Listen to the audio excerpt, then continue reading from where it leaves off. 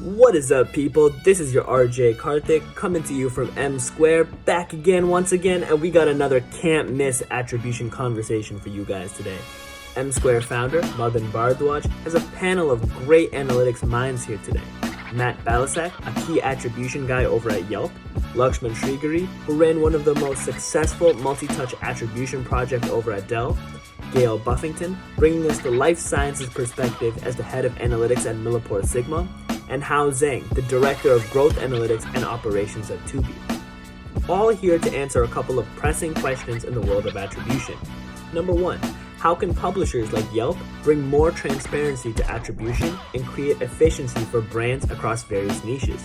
And number two, as an analytics practitioner, what metrics are you able to underline as quick wins to keep stakeholders interested in pursuing the benefits of long-term attribution projects? You don't want to miss this. So let me introduce two invited guests I have. One is Lakshman Srigiri. Hello, Lakshman. Thank you so much for joining. Much appreciated. He was my client at Dell. He ran analytics at Dell, and incredible, one of the most successful MTA projects ever executed in the history of the space. I think they rolled it out to some 30, 40 countries. Okay, it's incredibly successful. MTA itself as a technology and approach has probably weakened over the last 7-8 years, but the learnings that Lakshman's going to bring to the forum here on how he operationalized it and all that stuff is incredibly valuable. So we want to hear from him. Thank you so much. And he's also spent a career in Dell and then Analog Devices, am I right? And then National Instruments. Close enough. National Instruments. I got that wrong. Okay, so he's got a career in that sector. So thank you so much for joining. And on a fancy, I just slacked Matt Balasak. He is an attribution guy at Yelp. Okay, and so we didn't have a publisher perspective. So I thought, you know what would be great if we had somebody from the publisher side to ask them, add a publisher perspective to it. So he kind enough to jump on. So great forum. Let me ask. Let's Matt. Let me ask you, because I know you have a limited time here as well with us as well. Yeah. You have amazing marketing leaders here. You have retail marketing leaders. You have folks from analytics on the enterprise side, folks from Tubi, Machine Zone, some academic folks. There's a guy there. He's doing his PhD, Shashank. What would you ask these guys? Let me just open the floor. What's curiosity is here for you? Yeah, exciting forum. Thanks for the invite, Madan. And it's good to see everybody and meet all of you. Yeah, definitely some great brands. All of you, great brands.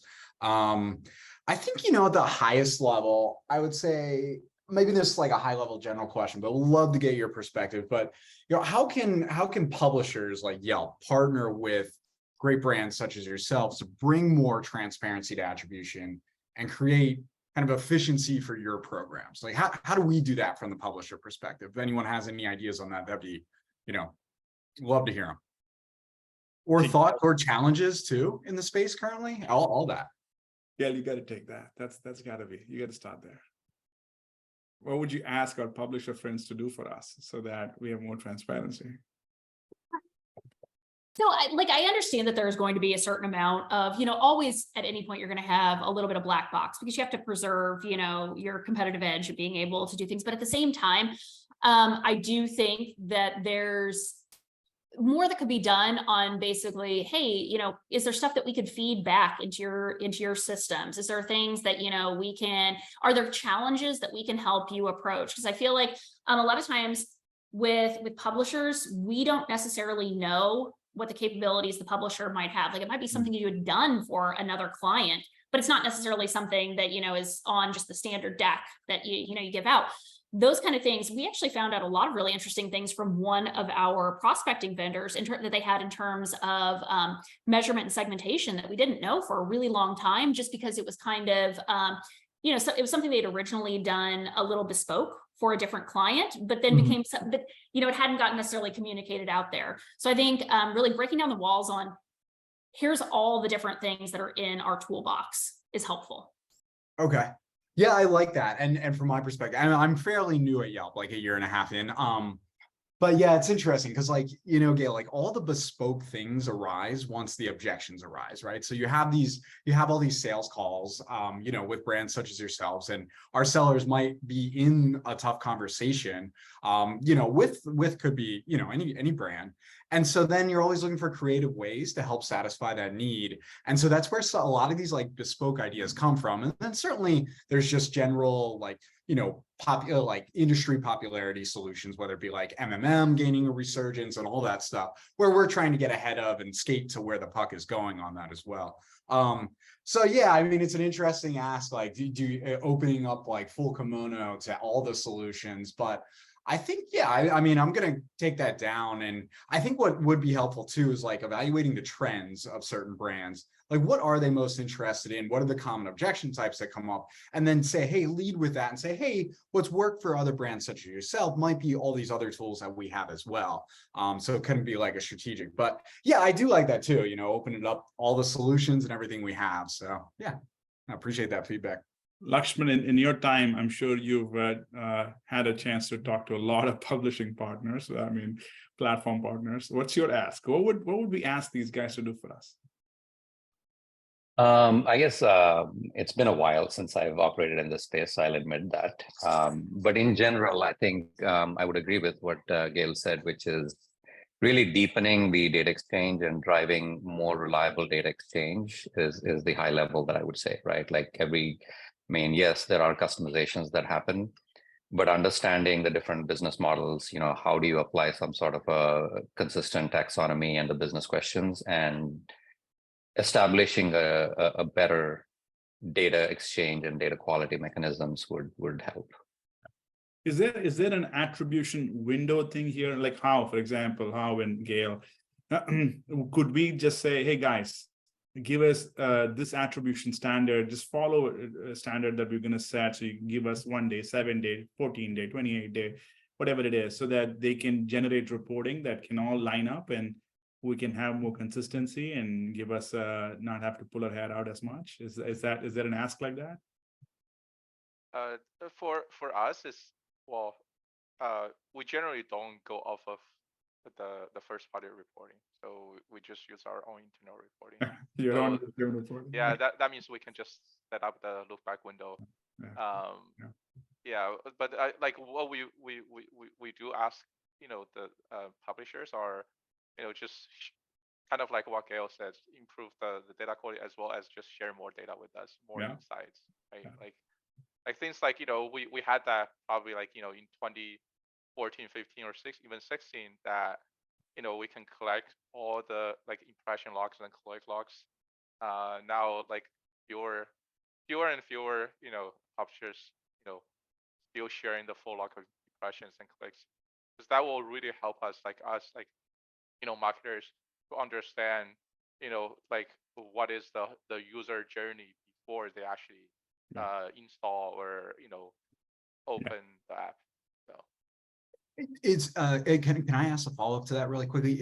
Do any of you have publishers that you're working with now that are a really good example of providing this transparency and like providing the full, like, robust data set you're looking for? I would say that generally the industry trend is sharing less than late data. Okay.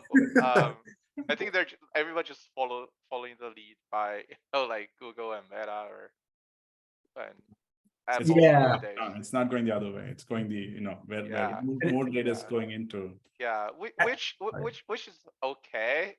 You know, at least like for the companies I worked for, because like we always very heavy on analytics, especially, you know, marketing analytics. So it's less than the usual, but it's definitely a, you know, catastrophe for the industry for sure. Yeah, and I wonder too, like, this is conjecture, but like, you know, as privacy is more heavily scrutinized, whether it be here or abroad in Europe and stuff like that, it's then, you know, publishers are going through more hoops and hurdles to figure out what they can share and what they can't, and then naturally it's just going to be like a consolidation. I don't think maybe this that's is part of it. But. Yeah, I don't think this is 100% the data privacy. This even happened before, you know, all the, you know, data privacy or, you know, GDPR and all that stuff. So yeah, awesome, great points there. Any other questions from the class for around this topic? Publisher, data exchange, transparency. Going once, going twice. Okay, so let me introduce Lakshman to class. I'm super excited. I've actually met him in many, many years. So as an excuse, I reached out to him, and he was kind enough to take my invite and come to class. He was my buyer when I was working at Visual IQ. I sold it to him, a multi-touch attribution solution. And he was a leader who actually did all the rollout of an education rollout of the advanced attribution principles. And I think at that time he was running multiple projects, and this was one. There was a DMP project, there was a CDP project.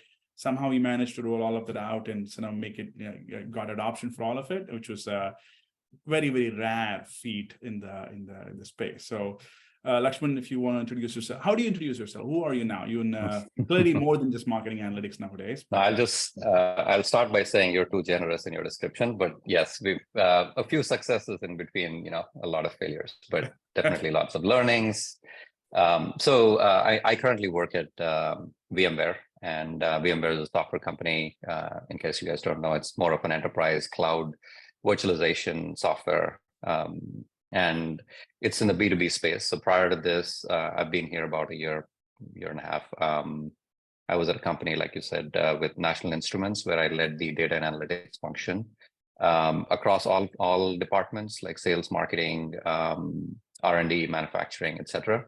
So a centralized data function. And prior to that, I think our engagement was at Dell, where I was leading a few different groups on the marketing analytics side, related to investment optimization, budget management, planning, execution, customer experience management. So quite a few different things in the mix as part of a larger organization for analytics. And again, full circle, currently I'm also doing marketing analytics, but I would say I'm probably 80% B2B marketer in terms of my experience and what I've done. And I've also had about 20% transactional consumer background as well.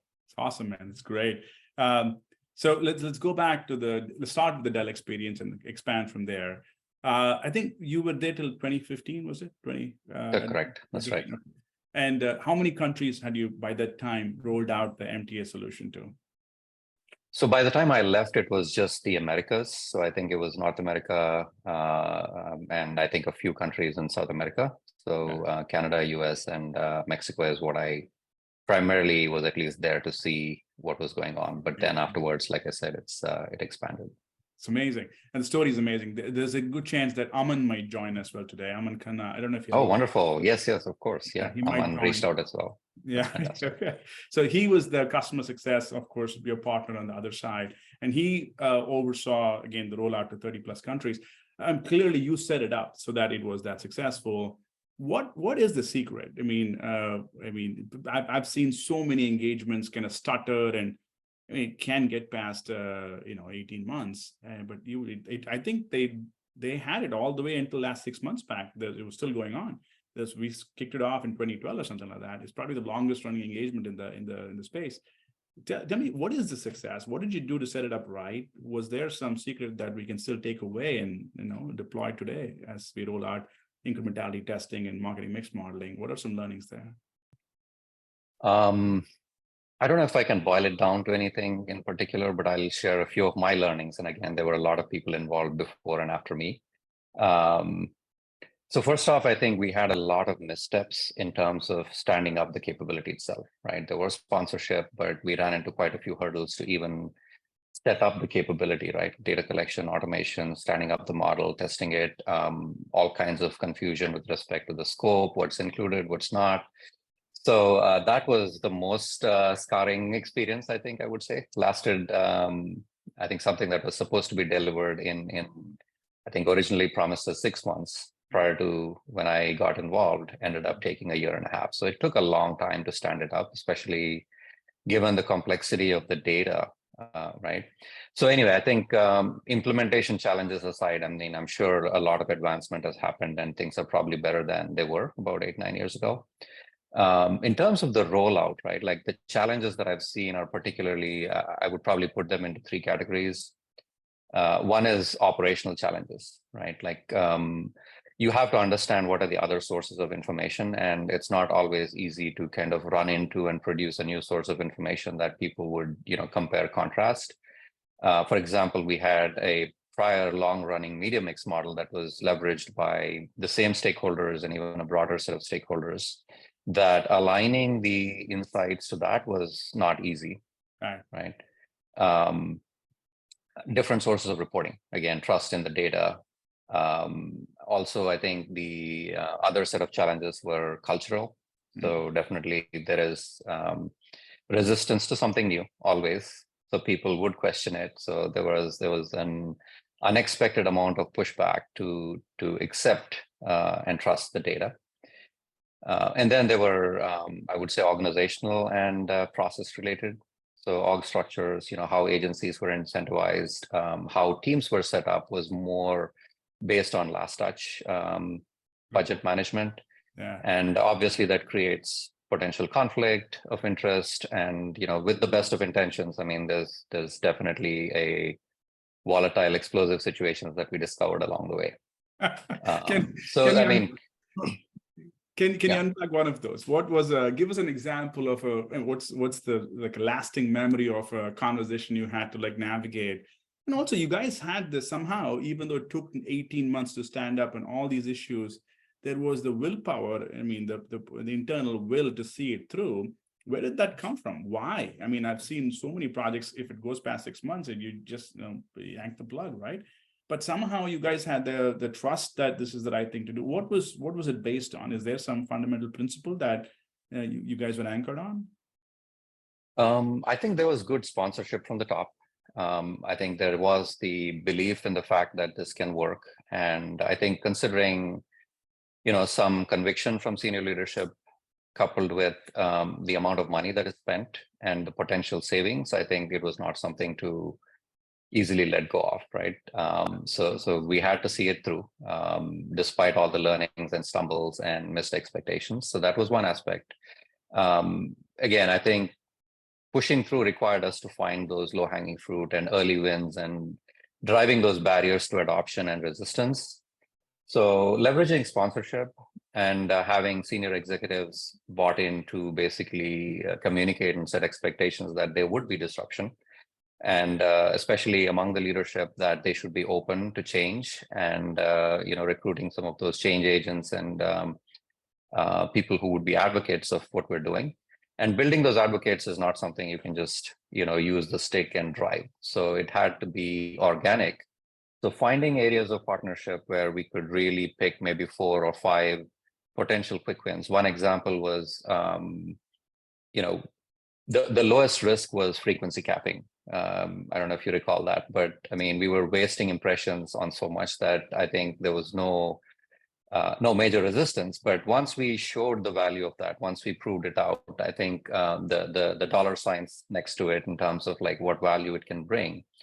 And similar stories of there were definitely more receptive parties that finding those quick wins, keeping it simple, showing the dollar value, keeping finance in the loop.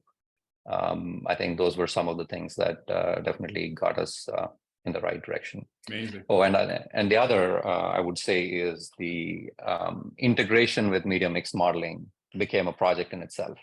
Right. So it was not a simple thing to align the insights and the outcomes that were being driven through that. So that ended up being scoped into a whole nother project and SOW with you guys, which I amazing.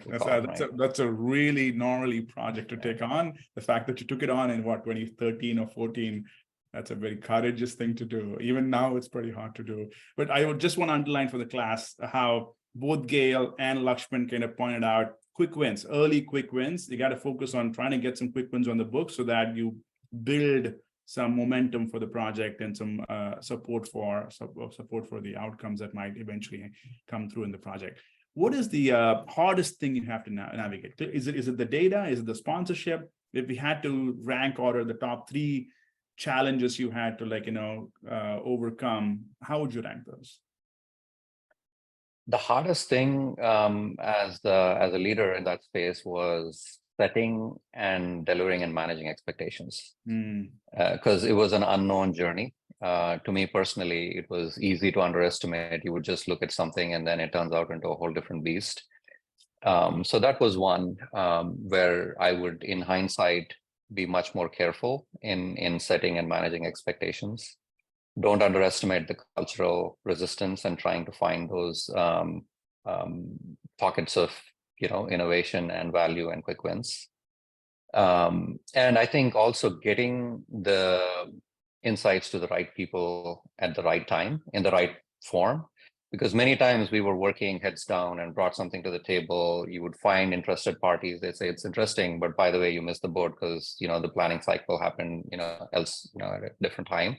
So understanding the rhythm of the business, understanding how the corporate calendar works, especially in these bigger companies, and building capabilities to align with those forums. Again, it's a marathon, right? It's not a sprint. It's amazing. It's amazing. So, Gail, do you also have a similar situation in Millipore Sigma? Is that you have to understand the corporate calendar? And how is that? Is it uniformly applicable across enterprises? I mean, it is, yeah. So, I mean, obviously it had a very different meaning at a retail company as opposed to a B2B type company. But at the same time, I mean, there's factors out there. You've got to understand, so I went from having to understand like a holiday, seasonality type thing to understanding instead like things around academic funding years and grant cycles and things like that. But the general principles still apply. So I think I've mentioned to you before about how one of our biggest challenges was around figuring out how to adjust our testing strategy during holiday, because the lessons there weren't applicable to any other time of year. That's not necessarily the case in B2B, but you've got considerations like that. You obviously want to make some adjustments to how you're marketing around grant funding cycles. When the NIH comes out with their stuff, you want to be on top of getting people as they're becoming flush with cash, right? So similarities everywhere. Right. That's great. Okay. All right. So let's get into leadership, right? I mean, this is outside of Dell, just great, at least from the outside, and great success story. From a leadership perspective, it's a really complex organization, right? I mean, this multiple business units, multi-billion-dollar business units, right? I mean, big and small, and matrix in many different ways, I'm sure. And you clearly know how to navigate them because you've done this multiple times in your career and you're successful everywhere. But what is the secret to managing enterprises? I mean, if you, a lot of these are analytics leaders within the class. I mean, what is the secret? Is there like a playbook? Is there a Lakshman playbook for managing enterprise complexity for analytics leaders? I don't think there's a playbook, and I don't know if you're being too generous in what you're saying, but I would say, I think to me, what drives me, right? Like, again, I'm doing what I'm doing out of my passion and choice. So to me, firstly, I think the belief and the conviction in what data can do for a company to be successful is what drives me. So, and then I think understanding the business model, understanding the strategy and the aspirations of the company, looking at the data footprint and trying to see what's the current state, what challenges are people seeking. So I do always, like whichever company or organization I join, I try to understand that ecosystem. And I think to me, that's the driver of, there's always an opportunity to drive value and impact through data. It's just a matter of, figuring out where and what to focus on. So that's number one. And I think the challenges that I've seen typically are very similar, right? Like you have to understand the symptoms. I think of myself as a doctor often, right? So I go meet a lot of stakeholders. I try to listen to the challenges, frustrations, and then when I come back and unpack it, there's definitely this common denominator. There's something that's wrong here, and trying to figure out like, okay, what are the root causes of that? And it goes deep. So you got to understand the data supply chain and the data footprint of an organization, first party, third party. So that's number two. And I think the other, probably the most important thing for me in my own sort of approach to any challenge or a role is customer. I mean, I believe that data can be an incredible source of customer insight and intimacy. And that becomes the driving factor to, I could talk to someone in finance, I could talk to someone in, sales or operations or marketing or digital, but customer is the same.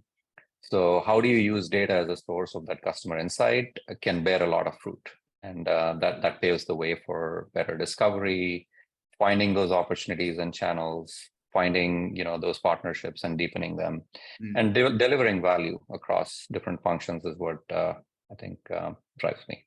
Fantastic insight. My God, phenomenal insight. Great conversation right there. Big thank you to all the participants. I just want to give you a couple of my takeaways real quick when it comes to attribution. One of the keys of selling a complex data service like attribution is transparency. And this means letting your client see behind the curtain to a degree so they feel comfortable with the results. Whether it's just verifying their data or even explaining the tests you're doing with that data. While there can be an element of black box, like Gail mentioned, for competitive edge purposes, fostering that client relationship through trust and consistent execution is everything. Because to people with no prior background, big data might as well be Egyptian hieroglyphics. Without the context and expertise to explain them, data doesn't mean anything. And that's where we come in as analytics professionals, which is a great segue to my next point. Quick wins and momentum. Achieving quick wins early in a project can foster that relationship, the credibility to keep moving forward. It allows stakeholders to be interested, continue having faith in the project for those long-term goals, and allows your team to be galvanized by that early success, right? And I think when it comes to managing expectations, those early wins can really set the timetable for the project and really carry that momentum forward. And going off of that, you have to understand the corporate calendar of the client, right? All types of clients in different niches have different goals, right? They have different ways of acquiring data. They have different types of customers they're trying to get data from. And understanding all these variables is critical for success.